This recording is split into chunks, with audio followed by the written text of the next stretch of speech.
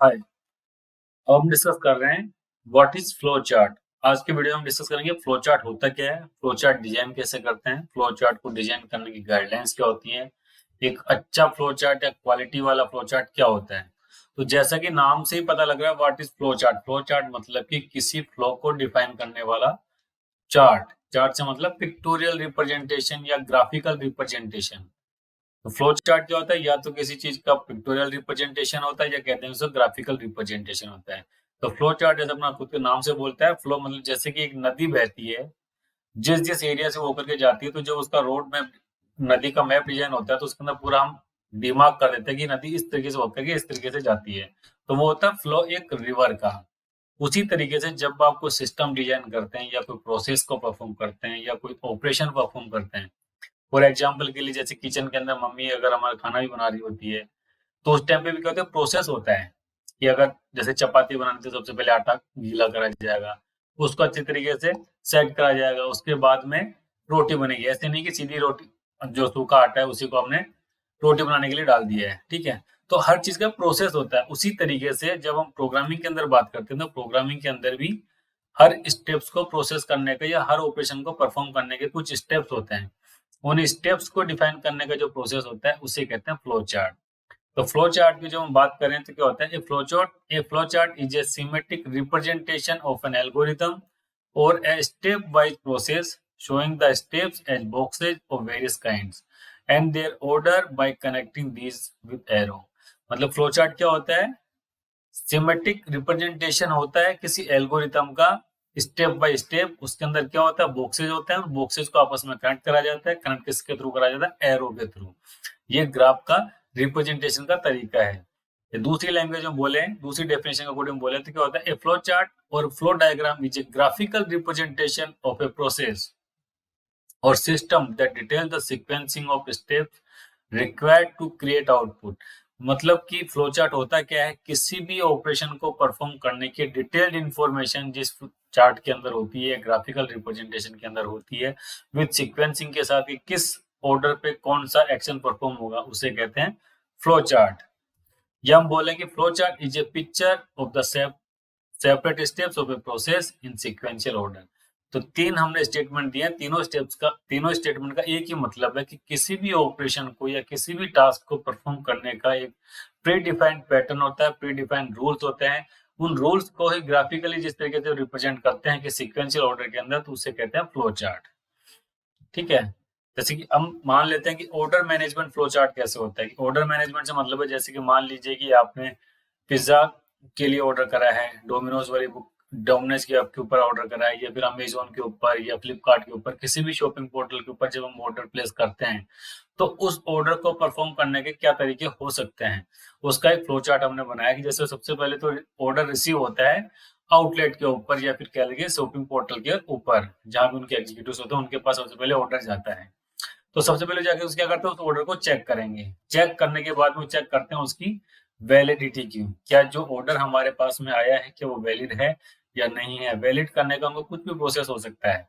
अगर वैलिड नहीं है और जो ऑर्डर आया है उनके अकॉर्डिंग सही नहीं है, तो उसको क्या करते हैं, ऑर्डर को कैंसिल कर देंगे। अगर ऑर्डर सही है तो फिर जाएगा उस ऑर्डर को वापस से वैलिडेट करने के लिए, कंफर्म करने के लिए कि इसके ऊपर नेक्स्ट प्रोसेस क्या है, उसके अंदर डाल दो उसको। ठीक है, ये कंफर्म हुआ, नेक्स्ट पर चलेगा। अब नेक्स्ट के अंदर क्या होगा, कोई भी ऑर्डर जब हमारे पास में आता है, मान लीजिए अमेजोन पे आपने बुक ऑर्डर करी है, और बुक ऑर्डर करी है, तो जब आप ऑर्डर कर रहे तो उस टाइम पे स्टॉक अवेलेबल था, लेकिन जैसे आपने ऑर्डर करा तो हो सकता है उससे पहले किसी और ने ऑर्डर कर दिया हो। तो क्या हो गया, एनफ स्टॉक चेक होता है, क्या हमारे पास में स्टॉक में अवेलेबल है या नहीं है। अगर स्टॉक में अवेलेबल है तो उसको डिलीवरी का प्रोसेस स्टार्ट कर दिया जाता है। डिलीवरी के प्रोसेस में क्या है, सबसे पहले चेक करते हैं कि आपके पास एडवांस पेमेंट आ गया कि नहीं आ गया। अगर पेमेंट आ गया है तो उसको डिलीवरी के लिए डिस्पैच कर देते हैं। डिस्पैच कर दिया तो ऑर्डर कस्टमर को रिसीव हो गया। लेकिन जब अगर आपने पेमेंट रिसीव नहीं करा है, अगर हमारे पास पेमेंट का स्टेटस नहीं आया कि रिसीव नहीं हुआ है, तो हम वापस से उसको वेट में डाल देते हैं डिलीवरी के लिए कि जब तक पेमेंट नहीं आएगा तब तक आपको यहीं पे रहना है। तो इस प्रोसेस को बार बार कॉल करते रहें, क्या पेमेंट आया है, नहीं आया तो वापस से इसके अंदर डाल देंगे। अगर आपके पास में एनएफ स्टॉक नहीं है तो क्या हो जाएगा, नो कि एनएफ स्टॉक नहीं है, तो क्या करेंगे, अब आप उस बुक को परचेज करने का ऑर्डर डालेंगे। वो अपना एक अलग प्रोसेस स्टार्ट हो जाता है कि परचेज के लिए हमने भेजा सप्लायर के पास में, तो वेयर हाउस से बुक आई और वापस से वो वेट के अंदर चलेगी, वेट पे आने के बाद में क्या चेक करता है कि वापस से कि पेमेंट आया कि नहीं है। तो इस तरीके से कोई ऑर्डर किस तरीके से प्लेस होता है किसी भी शॉपिंग पोर्टल के ऊपर या किसी भी फूड डिलीवरी ऐप के ऊपर, तो इसका एक सिनेरियो हमने डिस्क्राइब करा है। तो इस तरह का जो फ्लो चार्ट होता है उसको बोलते हैं, ये जो पिक्टोरियल रिप्रेजेंटेशन है, जो ग्राफिकल रिप्रेजेंटेशन है, ये है एक फ्लो चार्ट। अब इस फ्लो चार्ट के अंदर देखिए हमने अलग अलग तरीके से डिफाइन कर रखा है। ये बॉक्स अलग तरीके से शो हो रहा है और ये अलग तरीके से शो हो रहा है, सभी बॉक्स हैं। और ये बॉक्स के अंदर क्या हो रहा है, एक दूसरे के साथ में कनेक्ट किसके थ्रू हो रहा है, एरो के थ्रू। इसके अंदर देखिए आप नोट करेंगे तो एक इनपुट के तौर के ऊपर तो केवल सिंगल एरो जा रहा है, लेकिन आउटपुट के तौर पे मल्टीपल एरो इसके अंदर है। लेकिन इसके अंदर सिंगल एरो इनपुट के तौर पे जा रहा है, सिंगल एरो आउटपुट के तौर पे जा रहा है।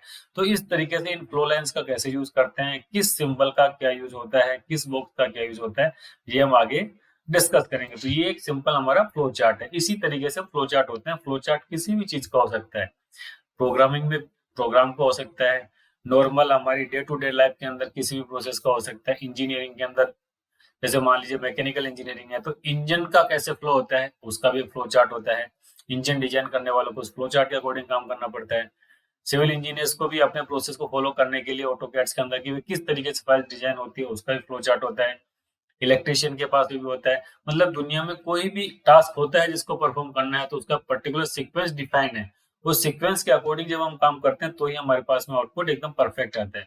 सीक्वेंस को अगर आपने ऑर्डर को ऊपर नीचे कर दिया तो आपका आउटपुट वैसा नहीं आता है जैसा कि डिजायर्ड होता है। तो इसलिए फ्लो चार्ट का बहुत इंपॉर्टेंट रोल होता है प्रोग्रामिंग के अंदर या किसी भी टास्क के अंदर। ठीक है, अब बात आती है कि type of flow chart. Flow chart के टाइप कितने तरीके के होते हैं। फ्लो चार्ट हमारे पास में तीन तरीके के होते हैं। तीन तरीके का मतलब एक तो हो गया हाई लेवल, दूसरा हो गया डिटेल लेवल और थर्ड हो गया डिप्लॉयमेंट वाला। तो सबसे पहला आता है हाई लेवल। हाई लेवल जो ग्राफ होता है उसके अंदर हमारे पास में गोल होता है कि हम जो टास्क परफॉर्म करने वाले हैं उसके अंदर इनपुट में क्या आएगा और फाइनली आउटपुट में क्या आएगा और बीच में कितने स्टेप्स यूज होंगे, दैट्स इट। अंदर बीच में जो स्टेप्स आएंगे उनका कोई डिस्क्रिप्शन इसके अंदर नहीं होता है क्योंकि ये केवल और केवल हमें प्रोसेस का फ्लो डिसाइड करता है। ये हमें गोल को बताता है कि किस तरीके से हमारा टास्क होते हुए किस तरीके से परफॉर्म होगा। लेकिन डिटेल्ड फ्लो चार्ट के अंदर छोटी से छोटी स्टेप को हम पूरी तरीके से डिस्क्राइब करते हैं। माइक्रो लेवल के ऊपर उसका एनालिसिस होता है, माइक्रो लेवल पर उसको डिफाइन किया जाता है कि अगर कहीं पे एडिशन है, कहीं पे सब्ट्रैक्शन है, कहीं पे मल्टीप्लीकेशन है, तो इस तरीके से आपको बताया जाता है डिटेल फ्लो चार्ट के अंदर। लेकिन हाई लेवल चार्ट के अंदर आपको बोल दिया जाता है कि अर्थमेटिक ऑपरेशंस परफॉर्म होंगे। अर्थमेटिक ऑपरेशन तो बहुत सारे होते हैं, कौन सा ऑपरेशन कहाँ पे परफॉर्म होगा वो सारी चीजें किसके अंदर लिखी होती है, डिटेल्ड फ्लो चार्ट में। तो डिटेल्ड फ्लो चार्ट क्या होता है, the detailed flow chart provides a detailed picture of process by mapping all the steps and activities that occur in the process. The type of flowchart indicate the steps or activities of a process and include such things as decision point, waiting period, task that frequently must be done, redone, and feedback loops। तो detail flow chart के अंदर हमारा पूरे पूरे process का detailed होता है कि किसी को अगर कोई पर्टिकुलर टास्क बार बार रिपीट करनी है तो उसके अंदर रिकर्जन लगाना है। कोई डिसीजन पॉइंट है तो क्या इनपुट आने के ऊपर क्या आउटपुट आएगा, तो क्या आउटपुट आने पर डिसीजन कौन सा होगा, किस तरह पे किस तरीके से जाएगी। तो सारी की सारी detail information detailed flow chart के अंदर होती है। लेकिन हाई लेवल फ्लो चार्ट के अंदर क्या होता है, this type of flow chart offer A basic picture of the process and identify the changes taking place with in the process. Simple सा है, ये बिल्कुल हाईलाइटेड फ्लो चार्ट होता है जिसके अंदर हम गोल डिफाइन कर देते हैं कि क्या इनपुट आएगा क्या आउटपुट, इन किस तरीके से प्रोसेस होगा वो डिटेल्ड फ्लो चार्ट में होता है। तो थर्ड आता है डिप्लॉयमेंट और matrix flow chart. Deployment and matrix flow chart के अंदर क्या होता है कि आपने कोई भी सिस्टम डिजाइन करा है उस सिस्टम का जो मैनुअल होता है, मैनुअल मतलब कि उसको यूज करने का जो प्रोसेस होता है उसको कहते हैं डिप्लॉयमेंट चार्ट या मैट्रिक्स चार्ट। उसके अंदर सारे स्टेप्स लिखे रहते हैं कि उसको यूज कैसे करना है। फॉर एग्जाम्पल के लिए मान लीजिए कि आपने आपका एक कॉल सेंटर है या बीपीओ, तो उसके अंदर बहुत सारे प्रोसेस होते हैं।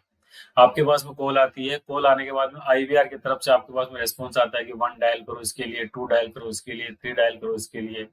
उसके बाद में जो करस्पॉन्डिंग आप नंबर डायल करते हो उसके पास में आपकी कॉल फॉरवर्ड कर दी जाती है। तो ये सारे जो मैनुअल्स होते हैं जबकि आपके ऑपरेटर्स को पता रहता है कि अगर कहीं पे फ्लो में कहीं दिक्कत आ रही है तो उसको पता रहे। डिप्लॉयमेंट मैट्रिक्स के अंदर ये होता है। जनरली हम एक बात कर रहे हैं कि हमारे घर के अंदर जब वाटर लाइन को हम फिक्स करते हैं तो उस टाइम पे प्लम्बर को पता होता है कि वाटर लाइन कहाँ से कहाँ तक जा रही है। अगर प्लम्बर को ये नहीं पता है कि पाइप कहाँ से कहाँ तक जा रहा है तो उसको फिक्स नहीं कर सकता। तो उसको ये मैनुअल पता होना चाहिए कि इसका डिजाइन किस तरीके से करा हुआ है ताकि उसको यूज कर सकता है। तो हाई लेवल के अंदर तो ऊपर लेवल का फ्लो चार्ट डिजाइन होता है जिसके अंदर कि हमारा केवल गोल डिफाइंड होता है। डिटेल्ड फ्लो चार्ट के अंदर उसकी एक एक स्टेप के बारे में कंप्लीट डिटेल होती है। और डिप्लॉयमेंट एंड मैट्रिक चार्ट के अंदर क्या होता है, उसका मैनुअल होता है। जैसे आप कोई भी प्रोडक्ट प्रोसेस परचेज करते हो तो उसको किस तरीके से यूज करना, तो उसके हमें छोटी सी बुकलेट आती है। उसी तरह के बुकलेट के अंदर अगर आपको फ्लो चार्ट के थ्रू शो करना है तो वो वाला फ्लो चार्ट क्या होता है, डिप्लॉयमेंट फ्लो चार्ट या मैट्रिक्स फ्लो चार्ट। ठीक है। अब बात यह आती है कि advantage of using flow chart. Flow chart का यूज करने के क्या क्या एडवांटेज है। सबसे पहले तो होता है कम्युनिकेशन। देखिए कोई भी प्रोसेस जब डिफाइन होता है या कोई भी सिस्टम डिजाइन होता है तो उसके अंदर केवल एक आदमी का इन्वॉल्वमेंट नहीं होता है, सिंगल टीम का इन्वॉल्वमेंट नहीं होता, मल्टीपल टीम्स का इन्वॉल्वमेंट होता है और एक एक टीम के अंदर कई सारे मेंबर्स होते हैं। तो सभी मेंबर्स के बीच में कम्युनिकेशन हमेशा प्रॉपर रहे, उनके बीच में कोई कम्युनिकेशन गैप ना रहे कि जो चीज एक को समझ में आ रही वही सबको समझ में आए। तो उसके लिए हमारा फ्लोचार्ट बहुत इंपॉर्टेंट रोल प्ले करता है क्योंकि उसके अंदर डिटेल्ड इन्फॉर्मेशन होती है, उसके अंदर किसी के पास कोई एम्बिग्यूटी होती नहीं है, तो सबको सेम ही चीज समझ में आएगी। और उसके बजाय अगर हम वर्बली बताएंगे तो हो सकता है कि आदमी भूल भी सकता है, उसको हमने कुछ और बोला है और उसने कुछ और समझ लिया। लेकिन अगर आपका फ्लो डिफाइंड है तो उसको पता है कि क्या इनपुट देने पे क्या आउटपुट आएगा और इनपुट का किस तरीके से ऑपरेशन परफॉर्म करना है, उसको कैसे सोल्व करना है, ये सारा का सारा फ्लो चार्ट में होता है। तो सभी टीम्स के बीच में कम्युनिकेशन का कोई गैप नहीं होता, सबका कम्युनिकेशन एकदम प्रॉपर तरीके से होता है। दूसरा आता है इफेक्टिव एनालिसिस। जब आपके पास में कम्युनिकेशन प्रॉपरली होता है, फ्लो चार्ट के अंदर जब आपने एक एक स्टेप को ऑलरेडी डिफाइन करा हुआ है, तो आप उस फ्लो को या उस सिस्टम का एनालिसिस बहुत इजी तरीके से निकाल सकते हो कि इसके अंदर कहाँ कहाँ पे हमारे पास में बग्स आने के चांसेज है या कहाँ पे ये ओवरलोड हो जाएगा और कहाँ पे इजी तरीके से हम इसको इम्प्लीमेंट कर सकते हैं।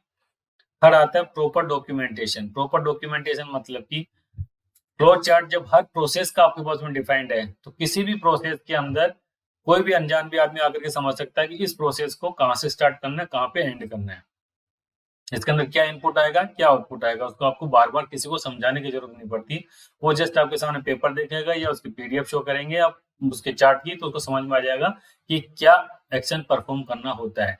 जैसे कि हम मान लीजिए कि अमेजोन से आपने कुछ इलेक्ट्रॉनिक सामान खरीदा है, उस इलेक्ट्रॉनिक सामान को आपको असेंबल करना होता है तो उसके अंदर छोटी सी बुकलेट आती है, उसके अंदर स्टेप्स लिखी हुई रहती है।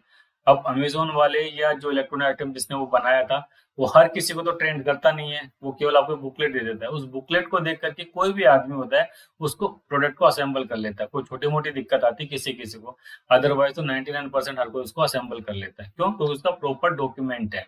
तो फ्लो चार्ट क्या है, फ्लो चार्ट को यूज करने से आपका डॉक्यूमेंटेशन जो होता है कंप्लीट हो जाता है। अब फोर्थ आता है एफिशिएंट कोडिंग। जब प्रोग्रामिंग की बात करते हैं तो जब आपके पास में प्रॉब्लम क्या है, प्रॉब्लम का सॉल्यूशन क्या है, उसका क्या इनपुट आने वाला है और क्या आउटपुट जाएगा, बीच में इनपुट और आउटपुट के बीच में जो ऑपरेशंस परफॉर्म होंगे वो भी स्टेप बाय स्टेप सारे के सारे डिफाइंड होते हैं। तो कोडिंग करना आपके लिए आसान हो जाता है। आपको केवल उस फ्लो को अपनी प्रोग्रामिंग लैंग्वेज में कन्वर्ट करने का काम रह जाता है। बाकी तो मैक्सिमम काम तो फ्लो चार्ट के थ्रू आपका हो जाता है कि उसके अंदर क्या लॉजिक लगना है क्या लॉजिक नहीं लगेगा। ठीक है, तो आपकी कोडिंग की इफिशियंसी भी बहुत बढ़ जाती है। उसके बाद मतलब प्रॉपर डिबगिंग। प्रॉपर डिबगिंग का मतलब है कि आपने कोई प्रोग्राम बनाया है, उस प्रोग्राम के अंदर एरर कहाँ पे आ रही है अगर आपने बनाया है तो। अगर आपके अंदर फ्लो चार्ट डिफाइंड है तो आप एक एक स्टेप को उसके साथ में क्रॉस चेक करते हुए जब चले जाते हैं तो जहां पे आपका फ्लो चार्ट से मैच नहीं कर रहा होता है वहां पकड़ लेते हैं यहाँ पे हमारे सिस्टम के अंदर बग है और आप इजी तरीके से उसको विजुअल कर सकते हैं। उसके बाद मतलब इफिशिएंट प्रोग्राम मेंटेनेंस। जैसे कि डिबगिंग के अंदर आसान होता है वैसे उसका मेंटेनेंस भी आसान होता है। मेंटेनेंस का मतलब होता है कि आपने कोई भी सॉफ्टवेयर बना रखा है, कोई प्रोग्राम बना रखा है, तो टाइम के अकॉर्डिंग हमारी नीड्स के अकॉर्डिंग उसके अंदर चेंजेस होते रहते हैं, उसको मॉडिफाई करा जाता है, कुछ उसके अंदर फीचर ऐड कर दिए जाते हैं, कुछ फीचर्स को हटा दिया जाता है। ये सारा काम हम बहुत इजी तरीके से क्यों कर सकते हैं कि अगर हमें कहाँ पे कौन सा फीचर ऐड करना है, फ्लो चार्ट हमें बता देगा कि यहाँ तक का तो हमारा सब कुछ ठीक है, इसके बाद हमें कुछ चेंज करना है, तो आप केवल वहीं पे छेड़ेंगे उसको। तो उसका क्या मेंटेनेंस बहुत आसान हो जाता है। हमेशा आपको बिगिनिंग से स्टार्ट नहीं करना पड़ता, जहां आपकी रिक्वायरमेंट है वहीं आप उसको अपडेट करते हो। ठीक है। अब फ्लो चार्ट को डिजाइन करते हैं तो उसके कुछ सिंबल्स बने होते हैं, जैसा कि हमने सेकंड स्लाइड के अंदर डिस्कस करा था। तो इस तरह का जो टर्मिनल होता है, ये जो बॉक्स होता है ये होता है टर्मिनल। टर्मिनल का मतलब है फ्लो चार्ट का स्टार्टिंग पॉइंट और एंडिंग पॉइंट को शो करने का ये काम होता है। अगर आपको इनपुट और आउटपुट को शो करना है तो इस तरह का बॉक्स शो होता है। अगर प्रोसेसिंग है तो ये इस तरीके से। देखिए इसके अंदर और इसके अंदर डिफरेंस कितना तक है, ये थोड़ा इंक्लाइंड रेक्टेंगल है या वो कह देते हैं पैरेलल है, और ये आपका नॉर्मल रेक्टेंगल है। ये आपके रोम्बस को थोड़ा सा टेढ़ा करा हुआ है, तो ये डिसीजन मेकिंग का बॉक्स हो गया। ऑन पेज कनेक्टर ये है, जब एक ही पेज के ऊपर डिफरेंट डिफरेंट, अगर मान लीजिए फ्लो चार्ट है, दो ऑपरेशन अलग अलग तरीके से एक ही चार्ट के पार्ट हैं, तो उन दोनों फ्लो चार्ट को बीच के अंदर कनेक्ट करने के लिए सर्किल का यूज करा जाता है। और अगर आपका फ्लो चार्ट बड़ा हो रहा है, लेंथी हो रहा है, दो पेजेस के अंदर है, तो दोनों पेजेस के आपस में कनेक्ट करने के लिए इस वाले सिंबल का यूज करा जाता है। ऑफ पेज कनेक्टर को ये कहता है ऑफ पेज कनेक्टर, ये होता है ऑन पेज कनेक्टर, ये होता है डिसीजन, ये terminal, input output and processing. अब जितने भी बॉक्सेज होते हैं उन सबको आपस में कनेक्ट किसके थ्रू करते हैं? फ्लो लाइन के थ्रू। फ्लो लाइन क्या करती है? Indicate the flow of logic bye connecting symbols. Flow line क्या है? या तो टॉप से बॉटम चलती है या लेफ्ट टू राइट चलती है जनरली। और आपके प्रोसेस के अंदर कुछ प्री डिफाइंड फंक्शन है, उनको यूज करना है, तो उन सब चीजों को डिनोट करने के लिए ये वाला बॉक्स यूज करा जाता है। ठीक है, अब बात करते हैं कि हमने फ्लो चार्ट क्या होता है, फ्लो चार्ट की एडवांटेज क्या है, फ्लो चार्ट को डिजाइन करने के स्टेप्स क्या हैं, या फिर फ्लो चार्ट के अंदर काम आने वाले सिंबल्स क्या हैं। इन सब के ऊपर आपने स्टडी कर लिया है। अब बात करते हैं कि गाइडलाइन ऑफ फ्लो चार्ट। एक फ्लो चार्ट को डिजाइन करने की गाइडलाइन क्या होती है, इसके रूल्स क्या होते हैं फ्लो चार्ट को डिजाइन करने के। सबसे पहले तो क्या बात है कि the flow chart should be clear, neat and easy to follow. आपका जो फ्लो चार्ट एकदम क्लियर होना चाहिए, उसके अंदर कुछ आड़ी टेढ़ी या फिर आप उसके अंदर ऐसा नहीं कर सकते कि आपका जो बॉक्स है उसके अंदर आपने बहुत कुछ लिख रखा है, किसी को समझ में नहीं आ रहा है। There should not be any room for ambiguity in understanding the flow chart. Flow chart के अंदर ऐसा कोई कंफ्यूजन वाला आपके पास में रिटर्न में कुछ नहीं होना चाहिए, जिससे कि प्रोग्रामर भी कंफ्यूज हो, एंड यूजर भी कंफ्यूज हो। तो अगर ऐसा होगा तो डिफरेंट डिफरेंट टीम्स के बीच में कम्युनिकेशन गैप होगा, कोई कुछ समझेगा कोई कुछ। तो हमेशा एकदम क्लियर स्टेटमेंट देना चाहिए फ्लो चार्ट के अंदर, एकदम क्लियर स्टेप्स पता होनी चाहिए। Second other, the usual direction of the flow of a procedure or system is from left to right, top to bottom। इसका मतलब है कि फ्लो लाइंस का आप यूज या तो टॉप टू बॉटम करेंगे या लेफ्ट टू राइट करेंगे। Only one flow line should come out from a process symbol। जो प्रोसेस सिंबल है उससे केवल एक ही आउटपुट आ सकता है, लेकिन जो आउटपुट आया है उस आउटपुट को मल्टीपल डायरेक्शन के अंदर भेज सकते हैं डिसीजन मेकिंग के through. Only one flow line should be enter a decision symbol, but 2 or 3 flow lines, one for each possible answer, should leave the decision symbol। मतलब क्या है, हमने थर्ड पॉइंट में क्या बोला है कि only one flow line should come out from a process। मतलब प्रोसेस मॉडल जो है, प्रोसेस सिंबल जो है, उसके अंदर जो भी ऑपरेशन परफॉर्म हुआ है उसका आउटपुट तो केवल सिंगल आ सकता है, लेकिन उस सिंगल आउटपुट को डिसीजन सिंबल में जब भेजते हैं तो इनपुट के अंदर तो एक हुआ, लेकिन आउटपुट के अंदर उसके तीन चले जाते हैं, 2 या 3 चले जाते हैं फ्लो चार्ट के अंदर। उसके बाद में आती है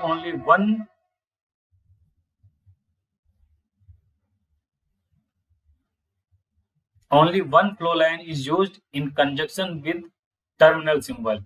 जो टर्मिनल सिंबल है, स्टार्टिंग पॉइंट और एंडिंग पॉइंट है, इन दोनों के कनेक्ट करने के लिए केवल सिंगल एक फ्लो लाइन का यूज करा जा सकता है। उसके बाद में आता है right with in standard symbol briefly. जो हमें फ्लो चार्ट बनाना चाहिए जो कि प्री डिफाइंड या स्टैंडर्ड सिंबल है उनका यूज करके।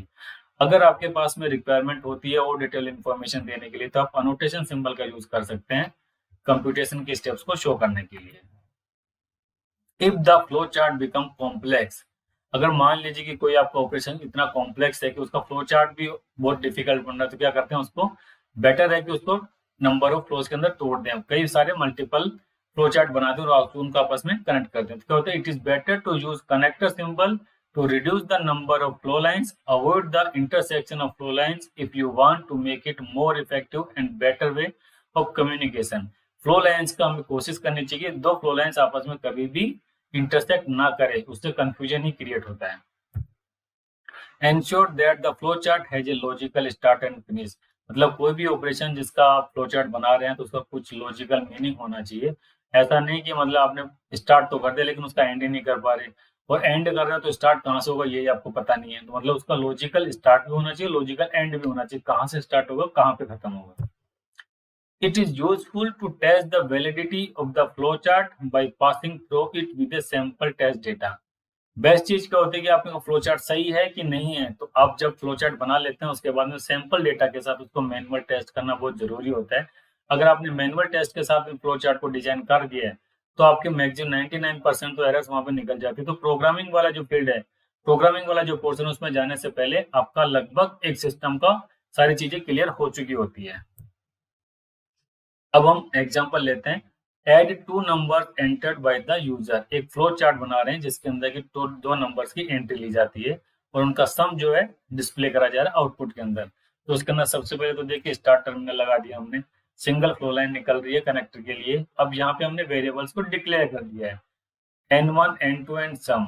उसके बाद में बोला हमने रीड n1 n2 की इनपुट के अंदर वैल्यूज ली है, सम n1 और n2 के ऑपरेशन परफॉर्म करा है, उसको डिस्प्ले सम करा है और ये स्टॉप हो गया था। बिल्कुल सिंपल से कि सिंगल लाइन आ रही है, सिंगल लाइन आउटपुट में जा रही है, इसमें कोई डिसीजन मेकिंग कंट्रोल नहीं है, डिसीजन मेकिंग सिंबल नहीं है, तो आउटपुट के अंदर कोई भी मल्टीपल लाइंस नहीं जा रही है। अब नेक्स्ट है find the largest among 3 different number. अब आपके पास में 3 नंबर है, उसमें से मैक्सिमम नंबर को आइडेंटिफाई करना है, तो इसका हम फ्लो चार्ट बनाते हैं। तो सबसे पहले तो क्या होगा, स्टार्ट टर्मिनल, ये हो गया स्टार्ट। उसके बाद में वेरिएबल डिक्लेयर करेंगे A B and C. 3 number लेने हैं तो 3 नंबर्स को लेने के लिए हमारे पास वेरिएबल्स भी 3 होंगे। उसके बाद में 3 वेरिएबल डिक्लेयर कर दिए तो उनको रीड भी करेंगे ए बी सी के अंदर। जब तीनों को रीड कर लिया है तब हम कंडीशन अप्लाई करना शुरू करते हैं। सबसे पहले कंडीशन है if A is greater than B.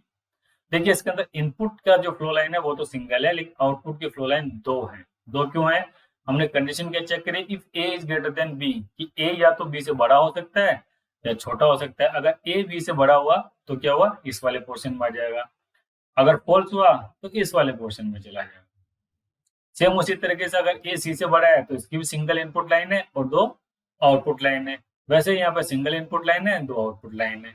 तो A is greater than B false हुआ तो यहाँ पे बी सी से बड़ा है कि नहीं है तो ये चेक कर लेते हैं। अगर बड़ा है तो बी प्रिंट हो गया, अदरवाइज सी प्रिंट हो गया और ये ए प्रिंट हो गया। लास्ट में हमारा टर्मिनल स्टॉप हो गया। इस तरीके से हमारा फ्लो चार्ट डिजाइन हो गया। तो हमें क्या ध्यान रखना, फ्लो चार्ट बहुत इंपॉर्टेंट रोल प्ले करता है इनफैक्ट प्रोग्रामिंग के अंदर। तो ओके।